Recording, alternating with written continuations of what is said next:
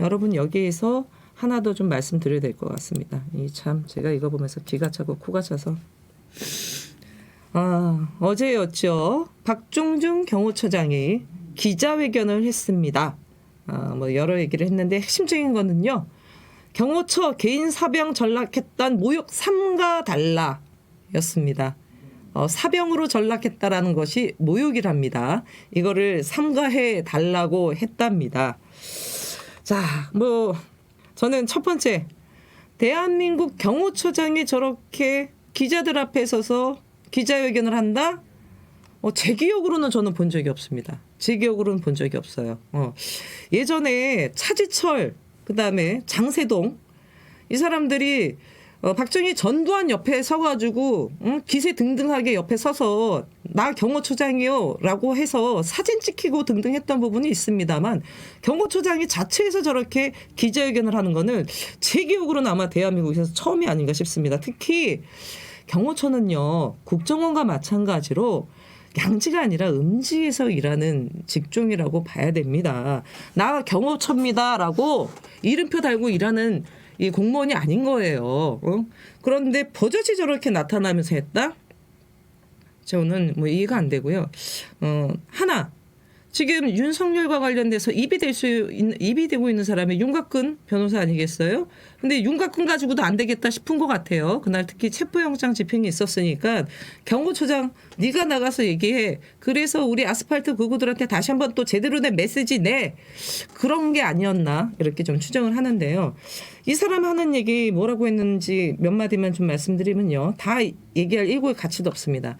사법 절차에 대한 편법 위반 논란 위에서 진행되는 체포영장 집행에 대해 대통령 경호처가 응하는 것은 대통령 경호를 포기하는 것이자 직무유기라고 판단했다라는 것인데요.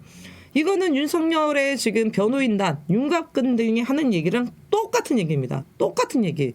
이 사람들은 어떤 말을 할 때 새로운 얘기를 하는 게 없어요. 한 얘기 계속 반복하는 겁니다. 소위 말해서 본인들의 극성 지지층들을 향해서 계속 똑같은 얘기하면서 아예 주문하듯이 쇠뇌하고 있는 부분이라고 보여져요. 예. 그리고 이게 말이나 됩니까? 지금 법원을 통해 가지고 체포영장이 합법적 정당하게 발부가 된 부분입니다. 그런데 사법 절차에 대한 편법 위반 논란? 이거는 국민 일반적 상식이 아니라 이 사람들 뇌에서만 그런 거예요. 그렇기 때문에 응하는 것은 대통령 경호를 포기하는 것이야 직무유기? 제가 보기에는 윤석열 체포를 막아선 이 사람들이야말로 현행범입니다. 현행범.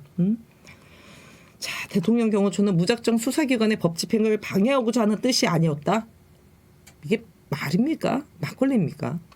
거기다가 아까 전에도 얘기했지만 일부 언론과 정치권에서는 대통령 경호처가 개인 사병으로 전락했다. 경호처장이 호위무사다. 경호처를 해체해야 된다고 주장한다. 대통령 경호 책임자로서 참담하고 안타까운 마음을 금할 수가 없다. 이어서 일부 언론과 정치권에 요청한다. 더 이상 대통령 경호처가 개인 사병으로 전락했다는 모욕적 언사를 삼가해달라. 제가 정확하게 해외 사례를 다 확인한 건 아니지만 주요 선진국들 같은 경우는 우리나라처럼 대통령 경호처가 따로 존재하지 않는 걸로 알고 있습니다. 대부분 경찰청 산하, 경찰청 뭐 부속 아니면 경찰이 파견 이렇게 돼 있는 걸로 알고 있어요.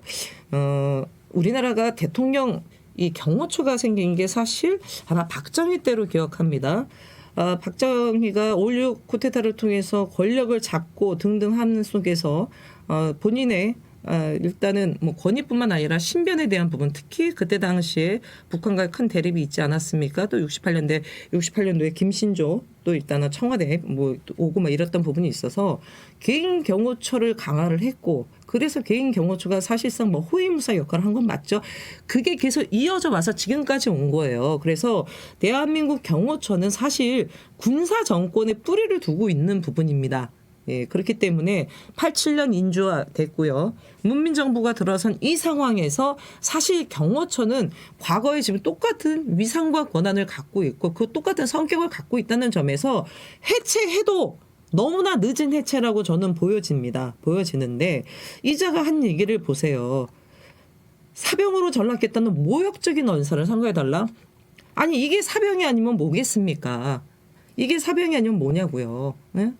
지금 일단은 법원에서 영장이 발부가 됐습니다. 그렇기 때문에 형사소송법에 있는 경호처와 관련된 111조와 관련된 부분은 이미 일단 여기에 해당 사항이 없는 부분이 됐어요. 근데 그것에 대해서 반개를 든 거 아니겠습니까? 그 반개를 든 게 윤석열 때문인 거잖아요. 지키겠다고. 아니 그럼 이거를 사병이라고 얘기하지. 대한민국 지금 제대로 된 국가기관이라고 할 수 있겠습니까?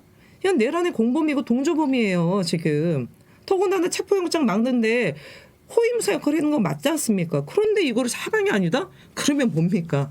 억지도 정도껏 부려야 된다고 생각합니다. 야, 근데 뭐 지금 박종준 경호처장 뭐 이뿐만이 아니죠. 지금 뭐 케이블 타이까지 그 체포영장 집행했던 당일날 케이블 타이 400개를 구해서 그때 그런 얘기도 했지 않습니까? 이건 위법하기 때문에 지금 공수처와 경찰들이 진입하면 우리가 얘네들 체포해야 된다라는 얘기까지 했대지 않습니까? 그래서 제가 앞서 얘기했지만 요새가 되고 있습니다. 요새가 되고 있고요. 지금 박종준 경호처장 같은 경우는 뭐 이 정도면 뭐 차지철 뺨치는 정도 아니겠습니까? 뭐 이건 장세동은 쫓아도 못 갈 것 같아. 이 정도면. 야, 이렇게 충성심? 이건 충성심이 아니라 거의 맹종에 가까운 부분인데요. 야, 뭐 이건 뭐 거의 뭐 김용현도 그렇고 차지철을 스스로 자처하고 있는 상황인데 야, 이 정도면 뭐 차지철도 진짜 야, 나도 얘네들한테 못 당하겠다 하고 장세동은 명함도 못 내는 그 정도가 아닌가 이런 생각까지 듭니다. 자, 일단은 뭐 이 지금 박종준 씨 헛소리만 하고 있는 윤석열의 사병 박종준 얘기는 이 정도까지 하고요.